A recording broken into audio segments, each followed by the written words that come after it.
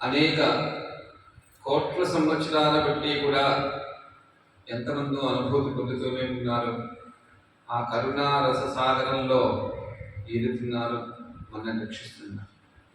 మహిమాన్వితమైనటువంటి అమ్మ యొక్క నామాన్ని, మూలమంత్రాన్ని ఎవరైతే మనసా వాచా కర్మణ అనుష్ఠానం చేస్తారో వారు అద్భుతమైనటువంటి జన్మ పొంది ఈ జన్మంతయు కూడా ఒక సద్గతి, అద్భుతమైన సద్గతిలో ప్రయాణం చేస్తూ అనేక మందిని మమేకం చేసి అందరి యొక్క అనుగ్రహాన్ని, అందరి యొక్క అనుభూతిని,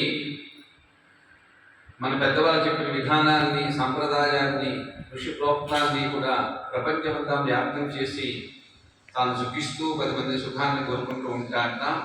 అతడు యోగి. అతడి యొక్క యోగి. ఆ యోగే ఇలాంటివి కోరుకుంటాడు. భోగి ఎప్పుడూ కూడా ఇలాంటివి కోరుకోవచ్చు. యోగాన్ని కోరుకున్నవాడు భోగం పట్టించుకోడు. భోగాన్ని కోరుకున్నవాడు యోగం విలువ తెలియకుండా బతుకుంటాడు. అంటే యోగిని యోగదా యోగ్య యోగానంద యువంతర. ప్రపంచమంతా కూడా నాకు తెలిసినంత అద్భుతమైన విషయాలు ప్రపంచంలో చాలా మందికి తెలియకపోవచ్చు అని అనుకున్న వాళ్ళు ఉంటారు. కానీ ప్రపంచమే ఒక అద్భుతం, అంతకంటే తెలిసింది ఏంటుంది అనుకున్న వాళ్ళు కూడా ఉంటారు. కానీ మనం ప్రపంచం, ఈ ప్రపంచం గురించి తెలుసుకోవాలి. మనలో దుష్టదూరా దురాచార సమని దోషవర్జిత సర్వజ్ఞ సాంద్రకరుణ సమానాధికవర్జిత. మన చేత చెడు పనులు ఏమి చేస్తున్నాయి, చెడు ఆలోచనలు దేనికి ప్రేరేపణ చేస్తున్నాయి, చెడ్డ వాళ్ళతో స్నేహం ఎందుకు చేస్తోంది, ఏది పనికిరాదో దాని మీదే ఎక్కువగా ఆలోచన ఎందుకు వస్తోంది, ఏది ఏది ఏది వెతుకుతూ వెతుకుతూ వెతుకుతూ సగం జీవితం పోతుంది. మిగతా సగం జీవితం కూడా ఇంత వృధా చేసుకున్నా అని చెప్పి మిగతా సగం జీవితం కూడా ఆలోచనతో పోతుంది. ఏం సాధించాం మనం? ఏమీ సాధించలేదు. కానీ కర్మ విపాక సంహిత ప్రకారంగా మహా తపస్సాలు చెప్పిన విధంగా మనం క్రమదృష్టిలో మొక్కకూడదు. మనం ఎప్పుడూ కూడా అద్భుతమైన ఆనందానికి సమీకరణ చేసేటువంటి విషయాన్ని గురువు ద్వారా తెలుసుకొని మంత్ర సాధన మాత్రమే చేయాలి. మహిమాన్వితమైనటువంటి మంత్ర సాధన ఎక్కడ ఉంటుందో ఎక్కడ అనుమానం రాదు. వాడు గొప్పవారు ఎవరో ఏదో చెబుతారు, మిమ్మల్ని ఈ విధంగా అన్నారంటే ఎందుకు ఇక్కడ వెళ్ళవని అన్నారనుకోండి, అది చాలా సున్నితమైన విషయంగా తీసుకోవాలి. ఎందుకంటే నా అనుభూతిలోనే అనుభవించండి. కానీ అదే మనం తీసుకుంటే ఎక్కడ నిలవలేము. ఎందుకంటే చెట్టు ఎప్పుడు కూలిపోతుందో గాలి వానకని చెప్పి కొమ్మ మీద నించోగలమా అంటే, మూలం మీదే నించోలేకపోతే కొమ్మ మీద నించుంటే వేరేగా పడిపోతాం. మనం ఎక్కడైతే రాళ్ళ ఉందో దాని మీద నించుంటే దానికే సెక్యూరిటీ లేదంటే కొమ్మకి ఎక్కడ సెక్యూరిటీ ఉంటుంది. అంతే మనస్సు కూడా ఎప్పుడూ కూడా లేలేదుగా ఉండే దాని మీదకి ప్రేరేపణ చేస్తూ ఉంటుంది. కొత్తది కొత్తది కొత్తదని అది ఎప్పుడూ పనికిరాదు. ఏదైతే మూలం ఉందో ఆ మూలం మీదే మనం ఎప్పుడూ కూడా నించుని ఉండాలి. గురువులు వాళ్ళ తప్ప ఫలితాన్ని ఆ విధంగా మనకు అందజేస్తూ ఉంటారు అన్నమాట. దాని నుండి చిగురిస్తుంది, కొమ్మ నుండి ఇంకా చిగురుస్తాయి, కొమ్మ నుండి ఇంకా చిగురిస్తూ ఉంటాయి. ఇది కేవలం ఆధ్యాత్మిక తత్వంలో ఒక అద్భుతమైనటువంటి వృక్షంగా మనం ఎదగాలి, 10 మందికి తెలియపరచాలి. అంతేగాని లోపల ఉండే ప్రపంచం మానేసి అంతసేపు బయట ప్రపంచాన్ని తెలుసుకున్నా ఈ లోపల ప్రపంచం కానీ ఏకీకరించాలి. అంటే లోపల ఏ విధమైన రుగ్మతలు ఉన్నా కూడా ఇది లోపలికి వెళ్ళదు, వెళ్ళినా ప్రయోజనం లేదు. మనం ప్రపంచంలో నటించి బతకాలి. అంటే కేవలం ఆధ్యాత్మిక తత్వాన్ని ఒక వ్యక్తికి మోసం చేయగలం కానీ ఒక శక్తికి మోసం చేయలేం.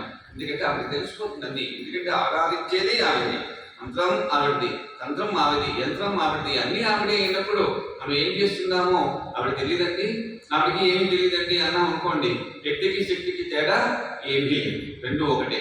అంచేత మనం మంత్రాన్ని సాధన చేయాలి. మంత్రం వల్ల వచ్చే బలాన్ని మనం ఎప్పుడు కూడా అపేక్షించకూడదు. మంత్రం వల్ల బలమే వస్తుంది. వ్యవసాయం చేసినప్పుడు పంట ఏ విధంగా పెరుగుతుందో మంత్రం సాధన చేస్తే తప్పకుండా సత్ఫలితాలే పొందుతాం. మహనీయులు ఆ విధంగా చెప్పారు. కాకపోతే మంత్ర సాధన చేసే విధానాన్ని న్యాసపూర్వకంగా ఏ విధంగా చేయాలో తత్వాన్ని తెలుసుకున్నప్పుడే మనం మంత్ర సాధకులం అవుతాం. ఆ మంత్ర సాధన ద్వారా ప్రపంచానికి మంచి సంకేతాలు ఇవ్వచ్చు. ప్రపంచమంతా ఆనందదాయకంగా ఉండడానికి తాను ఒక అద్భుతమైన మూల కారణం అవ్వచ్చు. అమ్మవారంతా కూడా ఈ సృష్టినంతా కూడా తన ఒడిలో పెట్టుకుని ఇలా కూర్చుండేట. ఇలా కూర్చున్నప్పుడు ఒక్కొక్కరు జారిపోతుంటాం, ఒక్కొక్కరు పరిగెడుతుంటాం. నిజంగా చెప్పాలంటే ఆవిడ పిడికిల్లో ఇలా పెట్టుకుంటే తాను సృష్టించిన సృష్టి యావత్తు కూడా ఇందులో ఉందిట. మహనీయ దయామూర్తి. ఆ దయ ఆవిడకి లేకపోతే మనం ఏమైపోతామో. నిజంగా ఆ బిడ్డలా కూర్చున్నప్పుడు పొత్తుల గడుపులో పెట్టుకున్నప్పుడు అందరం ఆడుకుంటూ జరుపుతూ ఉంటుంటే మహా తపస్సాలందరూ కూడా తెలుసు, అమ్మ వాడు జారిపోతున్నాడు, వీడు జారిపోతున్నాడు, వీడు గింతేస్తున్నాడంటే నవ్వుకుంటుండే ఆవిడ. వాడు కొన్ని జన్మల నుండి వాడు జారిపోతూనే ఉన్నాడు, కొన్ని జన్మల నుండి వాడు జారిపోతూనే ఉన్నాడు, అయినా పట్టుకుంటున్నాను, అయినా జారిపోతున్నాడు. అంటే నా ఒడిలో కంటే వాడికి ఇంకో ఏదో బాగా ఉందని చెప్పి తత్వం చెప్తున్నాడు. వాడు కర్మను పోషిస్తున్నాడు, వాడు పాపం కర్మ చేయాలనే ఆలోచనతో ఉన్నాడు. కాబట్టి వాడు మళ్ళీ ఇంకో జన్మ ఎత్తక తప్పదు. ఎత్తినా ఆ లోపలే ఉంటాను. జారిపోతే ఎక్కడికి వెళ్ళిపోతాము? ఆవిడ చేతుల్ని ఛేదించుకుని మాత్రం ఎక్కడికి రాలేము. అంటే దగ్గరగా ఉండే తత్వాన్ని దూరంగా ఉండే తత్వానికి చాలా తేడా ఉంటుంది. అంటే దగ్గరగా ఉండడం దూరంగా ఉంటే ఇక్కడ కూర్చున్న వాడు అక్కడ కూర్చున్న వాడు కాదు అర్థం. మంత్ర సాధనగా దగ్గరగా ఉన్నామా దూరంగా ఉన్నామా అన్నది భావం కావాలి. అంచేత ఈ వ్యక్తము అవ్యక్తము అయినటువంటి చైతన్యాన్ని మహానుభావులు ఎన్నో విధాలుగా మనకి చెబుతూనే ఉన్నారు. వాళ్ళు ఒక అద్భుతమైనటువంటి తత్వాన్ని బోధించి పరిపూర్ణమైన స్థితికి మనిషిని చేకూర్చాలనే తపన ప్రతి వాళ్ళలో ఆ గురువుగాలలో ఉంది. కాబట్టి మనం ఈరోజు సుఖంగా ఉన్నాం. ఈ సుఖాలు ఈ భోగాలు శాశ్వతంగా. మనకు కావలసిన సుఖము మంత్ర సాధన, మనకు కావలసిన సుఖము ఆలయ ప్రాంగణంలో ఉండే చైతన్యమూర్తి.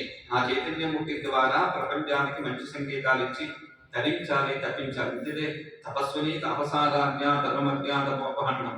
తపస్సుకు మెచ్చి ఆవిడ ఎన్నో ఇస్తూ ఉంటుంది. ఎందుకమ్మా నాకు ఇవన్నీ ఇస్తున్నావు, ఇంకా భ్రమలో వెళ్ళిపోతున్నాను, నాకు ఇవి ఇచ్చేవనుకో నా కుటుంబాన్ని పోషించుకుంటాను, ఆనందంగా ఉంటాను, 10 మంది పంచుతూ ఉంటాను. కానీ మంత్ర సాధన ద్వారా తెలుసుకుంటూ ఉంటే ఎప్పుడూ ఆకలి వేస్తుంది, ఎప్పుడూ నిద్ర వస్తుంది అనేటువంటి భావాలు మనలో రాకుండా ఉండే స్థితికి తీసుకెళ్ళదు. ఆకలి తెలియకూడదు, నిద్ర తెలియకూడదు, శ్రమ తెలియకూడదు. నాకు ఏ స్థితిని కూడా నీ నామము, నీ మంత్ర సాధన, నీ యొక్క రూపము, నీ యొక్క చైతన్యమూర్తి యంత్రము ఇవే నాకు కావాలి అనేటువంటి భావంలో మనం ఎదిగిపోవాలట.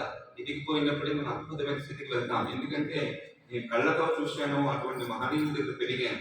మా గురువు గారు 56 సంవత్సరాలు ఆహారం తినకుండా బ్రతికారంటే అమ్మవారు ఆవిడకోవాలని నాలో చూస్తారా? ఆ స్థితిలో వెళ్ళిపోయిందండి.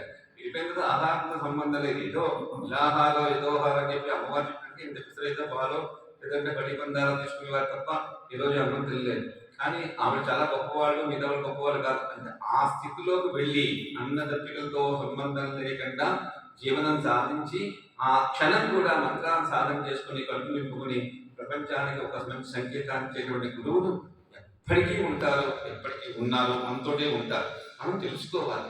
అంతసేపు కూడా నిద్ర వేసి దూరం అయిపోతే ఎక్కడో ఒకటి బతకాలి కదా, మనం ఎక్కడో ఒకటి పట్టుకోవాలి కదా.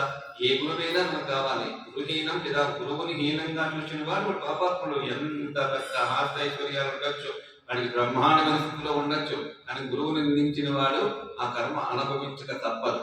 అది శాస్త్రాల ధర్మాలు చెప్పి మనం చెప్పలేదు, మనం చెప్పే స్థితికి వెళ్ళాలి. మనం కూడా ఇలా చెప్పుకుంటుంటే తర్వాత వాళ్ళు కూడా అమ్మో గురువులు ఏమనకూడదు, మంత్ర సాధన చేసే వాళ్ళు ఏమనకూడదు, శ్రీ విద్యాబాధకులు ఏమనకూడదు, శ్రీని ఏమనకూడదు, అందరూ నా పిల్లలే, నా తోపటువులే అనేటువంటి భావంతో మనం ఉండగలిగినప్పుడే మనం సాధకులం అవుతాం.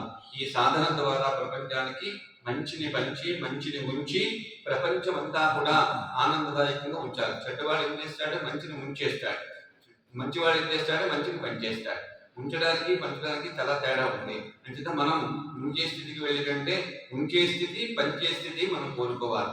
ఆ స్థితే ప్రపంచానికి అవసరం. ఏ క్షణంలోనైనా ఏ ఉపద్రవం వస్తుందో ఎవరికి తెలియని స్థితిలో ఉన్నాం. ప్రపంచంలో ఇప్పుడు చెప్పేవారు చాలా మంది అయిపోయారు, కాదనట్లేదు. కానీ చెప్పింది ఎంతవరకు జరుగుతుంది, ఎంతవరకు జరగట్లేదు. మనం భయానికి దగ్గరగా తీసుకెళ్ళడం ధర్మమా? ఆ భయాన్ని పోగొట్టే సాధన చెప్పాలి తప్ప భయం భయం భయం అనేటువంటి భావం చెప్పితే అందరం కూడా చాలా హీనతగా నీరసంగా అయిపోతాము. ఎవ్వరికీ కూడా ఒకటే చెప్పడ విధానం ఏంటంటే అమ్మ నామాన్ని జపించండి. ప్రతి గృహస్థు కూడా తాను చేసే ధర్మాన్ని ఆచరించండి. దీపదీపాన్ని పెట్టుకోండి. ఏదో ఇలా ఎంతో ఇంత నైవేద్యం పెట్టండి. మంత్రసాధన చేయండి. కుటుంబం అంతా ఆనందంగా ఉండడానికి అద్భుతాన్ని ముందు మన ఇంట్లోంచి ప్రారంభిస్తే అందరూ సుఖంగా ఉంటే మన వీధి బాగుంటుంది, మన గ్రామం బాగుంటుంది, దేశం బాగుంటుంది. ఈ సౌభాగ్యం మనమే అనుభవిస్తాం. అందరికీ కూడా ఈ చైతన్యమూర్తి యొక్క కరుణ పొంది సుఖ సౌఖ్యాలు పొంది మన దేశ సౌభాగ్యం అంతా కూడా ఆనందానికి అవధం లేకుండా హాయిగా ఉండే స్థితికి చేకూర్చాలని చెప్పి అమ్మవారిని ప్రాధేయపడుతున్నాం. మంగళం సర్వం శ్రీ పరదేవ.